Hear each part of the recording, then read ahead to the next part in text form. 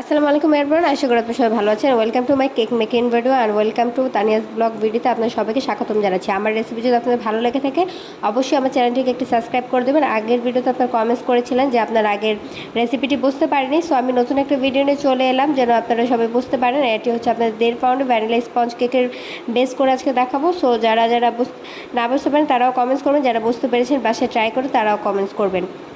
তো আজকে আমি কথা না বাড়িয়ে আমি মূল রেসিপিতে চলে যাচ্ছি। আর প্রথমত হিসাবে একটা বোল নিয়ে নিয়েছি, বোলটা আমি ক্লিন করে নিয়েছি যাতে কোনো পানি টানি না থাকে, সেটা ক্লিন করে নিয়েছি টিস্যু দিয়ে। আপনারা সবাই এটা খেয়াল রাখবেন, নাহলে কিন্তু ডিমের ম্যারিনেডটা হবে না। সো আমি 3টা ডিম নিয়ে নিয়েছি, 3টা ডিম ফেটে আমি হচ্ছে কুসুমটা আলাদা করে নিয়েছি আলাদা বাটিতে।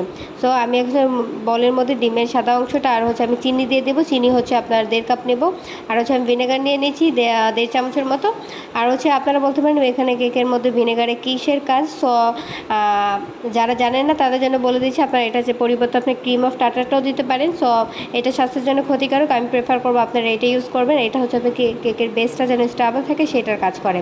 সো আমি কথা না বাড়ি রেসিপিতে চলে যাচ্ছি। এখন হচ্ছে আমি ডিমের ম্যারিনেডটা করে নেব। দেখতে পাচ্ছেন আমি প্রথমত হচ্ছে আপনার লো স্পিডে আপনারা বিট করবেন যেন চিনিটা গলে যায়। চিনিটা দ্বারা যদি আস্তে থাকে আপনার কেকটা কিন্তু কখনোই পারফেক্ট হবে না। সো এটা খেয়াল রাখতে হবে। প্রথম দিকে আস্তে আস্তে আলতোভাবে আপনি আস্তে বিট করবেন, তারপর হচ্ছে আপনি হাইতে দিয়ে বিট করতে পারেন। সো যখন দেখবেন চিনিটা গলে গেছে বা হয়ে গেছে তখন হচ্ছে স্পিডটা বাড়িয়ে দেবেন। সো আপনার হচ্ছে ডিমের ফোমটা এরকম হবে ম্যারাংটা, যে বাটিটা উল্টালেও যেন আপনার পড়ে যাচ্ছে না। তো ওই পর্যায়ে আপনারা ধরে নেবেন যে আপনার ডিমের ম্যারাংটা হয়ে গেছে। তারপরে আমরা একে রাখা ডিমের কুসুমটা যেটা রেখেছিলাম সেটা দিয়ে দেবো। আর হচ্ছে আমরা তেল আর হচ্ছে আপনার ভ্যানিলা এসেন্সটা দিয়ে নেব। তেলটা হচ্ছে আপনার 3 চামচ হবে।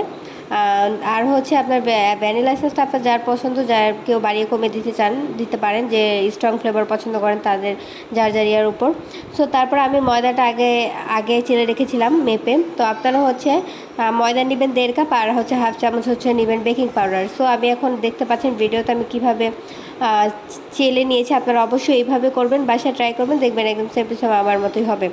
সো আমি এখন হচ্ছে মিক্স করে নিচ্ছি। কীভাবে আলতোভাবে মিক্স করে নেবেন, ভিডিওতে খুব চালু দেখা যাচ্ছে বাট এইভাবে কখনই করবেন না এলো পাতারি, তাহলে কিন্তু ব্যাটারটা নষ্ট হয়ে যাবে। সো আলতোভাবে করে নেবেন। এখন হচ্ছে আমি মোল্ডে দিয়ে নিচ্ছি। মোল্ডটা হচ্ছে আপনার মোল্ডটা সাইজে বলে দিয়েছি, মোল্ডটা হচ্ছে 7 ইঞ্চির মোল্ড। পাউডারের জন্য আপনার 7 ইঞ্চি মোল্ডই এনাফ। তো সো আমি এটা এখন আজকে হচ্ছে আপনার চুলায় বেক করে দেখাবো। চুলায় হচ্ছে আমি একটা হাঁড়ি বসিয়ে দিয়েছিলাম, হাই হিটে আমরা হচ্ছে গরম করে নেব। তারপর আমি স্ট্যান্ড বসিয়ে দিয়েছি, হাই হিটে গরম হয়ে গেলে আমি হচ্ছে আপনার বোলটা দিয়ে দেবো। দেওয়ার পরে হচ্ছে আমি ঢাকনা দিয়ে আমি হচ্ছে চুলাটা কমিয়ে দেবো। আমি হচ্ছে এরপরে ক্লিপগুলো নিতে পারিনি। সো তারপর হচ্ছে আমি কেকটা নামিয়েছি, ওইটা ক্লিপটা নিতে পারিনি। আপনারা দেখতে পাচ্ছেন কেকটা কত সুন্দর হয়েছে।